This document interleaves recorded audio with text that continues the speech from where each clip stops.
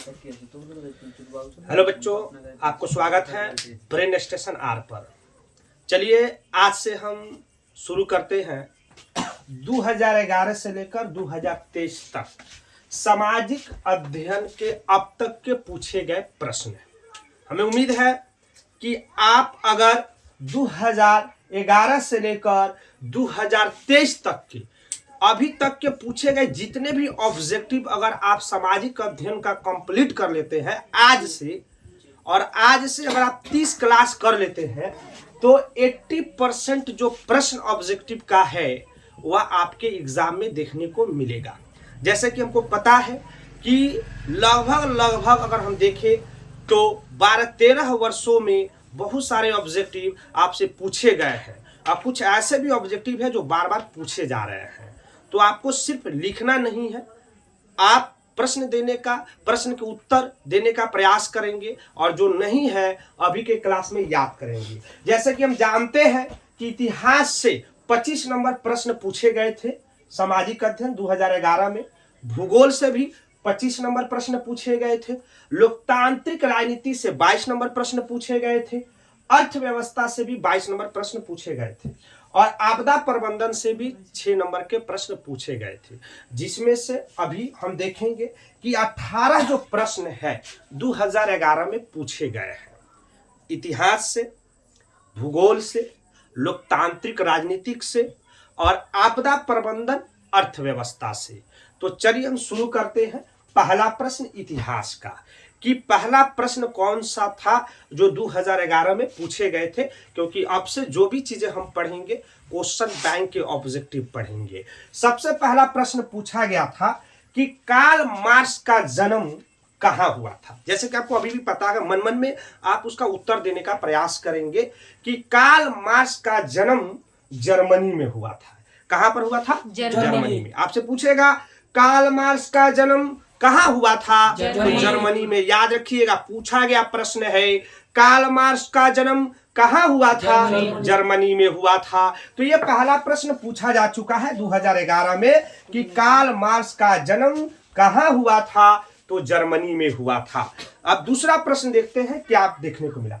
जालियांवाला बाग हत्याकांड कब हुआ था? मन में सोचिए कि जालियांवाला बाग हत्याकांड कब हुआ था। आप इसका उत्तर देने का प्रयास करिए, आपका रिवीजन भी हो जाएगा। अगर रिवीजन नहीं है तो आप यहाँ पर याद करेंगे तो याद भी हो जाएगा। तो बोलेंगे जालियांवाला बाग हत्याकांड 13 अप्रैल 1919 ईस्वी में हुआ था। बताइए तो जालियांवाला बाग हत्याकांड कब हुआ था? 13 अप्रैल 1919 ईस्वी में हुआ था। जालियांवाला बाग हत्याकांड 13 अप्रैल 1919 ईस्वी में हुआ था। याद रखेंगे, जालियांवाला बाग हत्याकांड 13 अप्रैल 1919 ईस्वी को हुआ था। तीसरा प्रश्न इतिहास का देखते हैं कि विश्व में सर्वप्रथम मुद्रण की शुरुआत कहाँ हुई थी? विश्व में सर्वप्रथम मुद्रण की शुरुआत कहाँ पर हुई थी? तो आपको पता है चीन में हुई थी।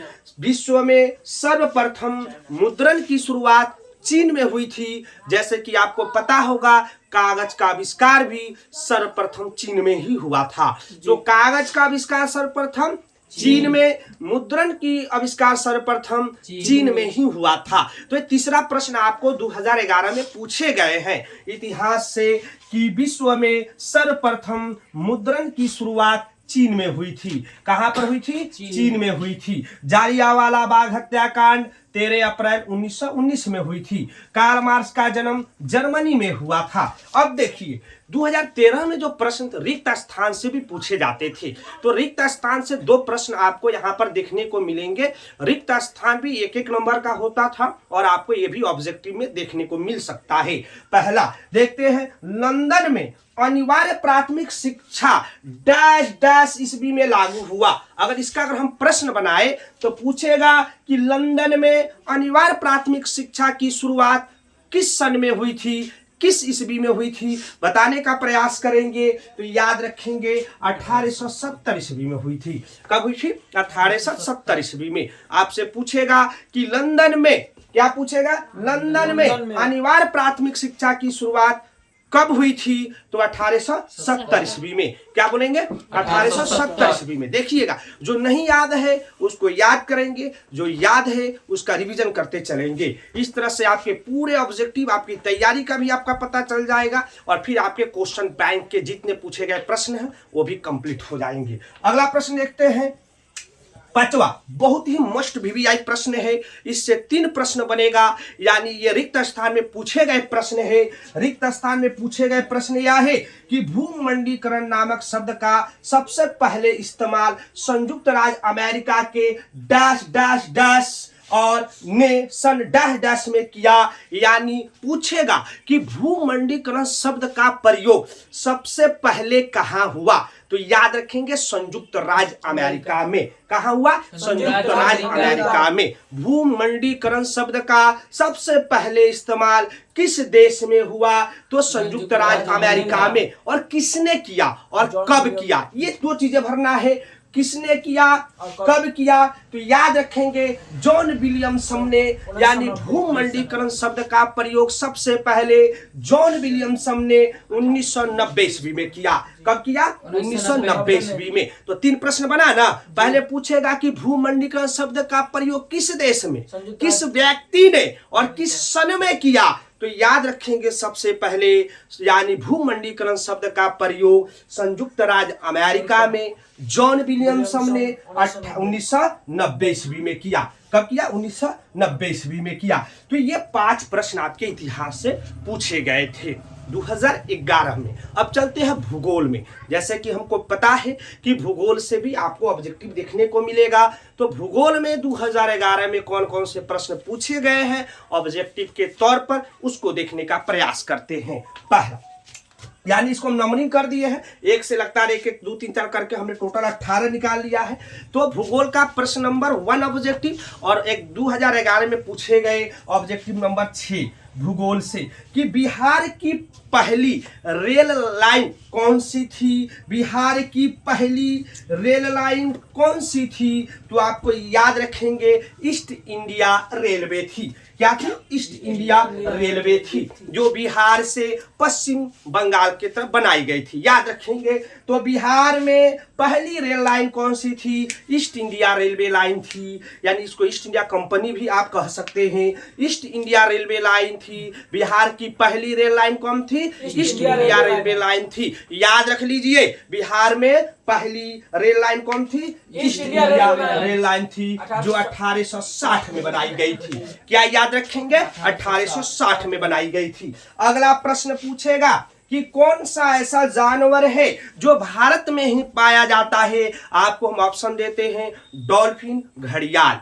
क्या बताइएगा? डॉल्फिन की घड़ियाल। आप खुद प्रश्न बनाइए और इसका जवाब आप कमेंट पर देके देखिए। कमेंट बॉक्स पर जाइए और इसका उत्तर दीजिए। इसका उत्तर आपको मिल जाएगा कि कौन ऐसा जानवर है जो केवल भारत में ही पाया जाता है। एक तो कमेंट बनता है इस प्रश्न पर। याद रखेंगे 8वां नंबर प्रश्न कि भारत के किस स्थान पर पहला परमाणु ऊर्जा केंद्र स्थापित किया गया था? मोस्ट वीवीआई प्रश्न है, याद रखेंगे। भारत के किस स्थान पर पहला परमाणु केंद्र स्थापित किया गया था? बोलिए तो तारापुर। क्या बोलेंगे? तारापुर। क्या बोलेंगे? तारापुर। यानी तारापुर में भारत का पहला परमाणु ऊर्जा केंद्र स्थापित किया गया था। भारत के इस स्थान पर पहला परमाणु ऊर्जा केंद्र स्थापित किया गया था तारापुर में। कहां पर? तारापुर में। याद रखेंगे। अगला प्रश्न देखिएगा। अगला प्रश्न भूगोल से है, जो आपको रिक्त स्थान भरने के लिए दिया है कि भारत को कितने रेलवे जोन में बांटा गया है। यानी भारत के रेलवे जोन डैश डैश क्षेत्र में बांटा गया है।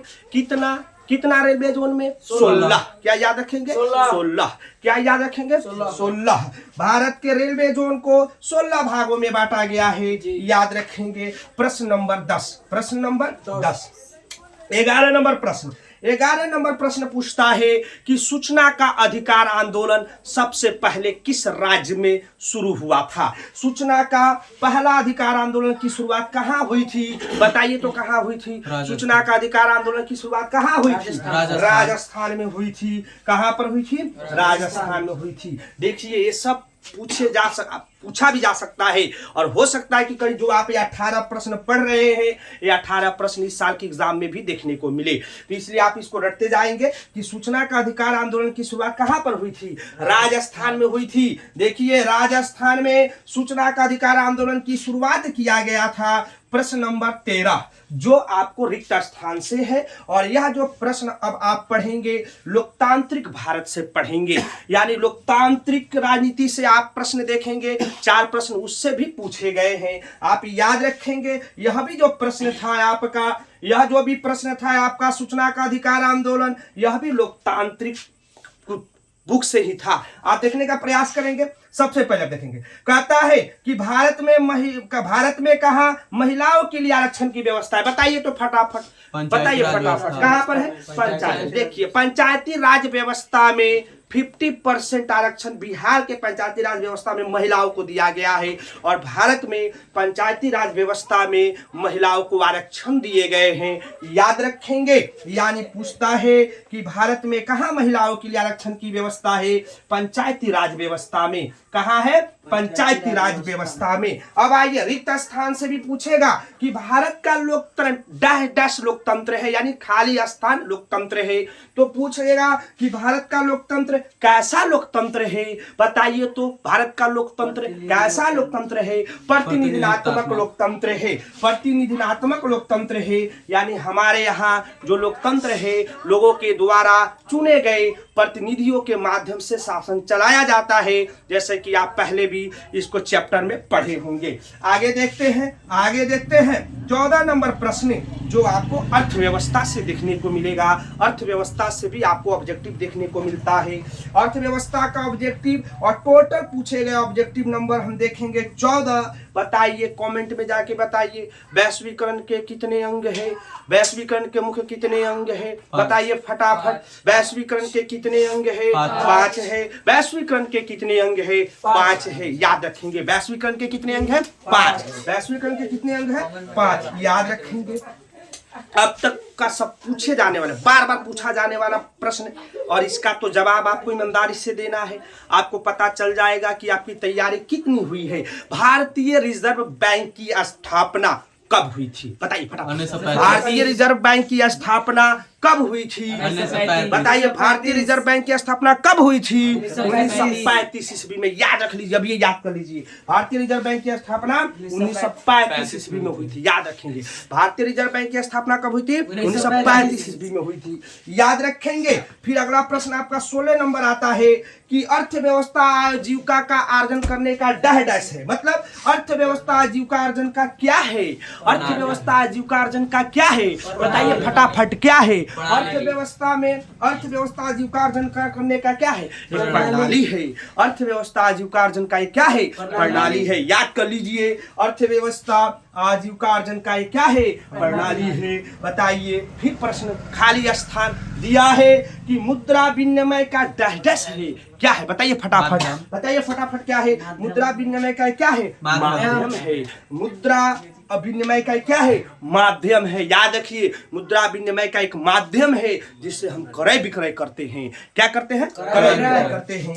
ये देखिए 18 नंबर प्रश्न है, आप जाके जवाब दीजिएगा एक कमेंट पर। पहला प्रश्न, मानव जनित आपदा कौन कौन सा है? बताइए मानव जनित आपदा। मानव जनित आपदा कौन, ये भी बताना पड़ेगा। हाँ, ऑप्शन से आपको पता चल जाएगा। ऑप्शन में देगा आतंकवाद, तो समझ जाइएगा वो क्या है? मानव जनित आपदा है। देगा सांप्रदायिक दंगे, तो क्या हो जाएंगे? मानव जनित आपदा हो जाएगा। रेल दुर्घटना, बस दुर्घटना, बाइक दुर्घटना, ये सब क्या हो जाएंगे? मानव जनित आपदा हो जाएंगे। जो मानव के गलतियों के कारण घटित होता है उसे हम मानव जनित आपदा कहते हैं। आज का प्रश्न के लिए एक लाइक।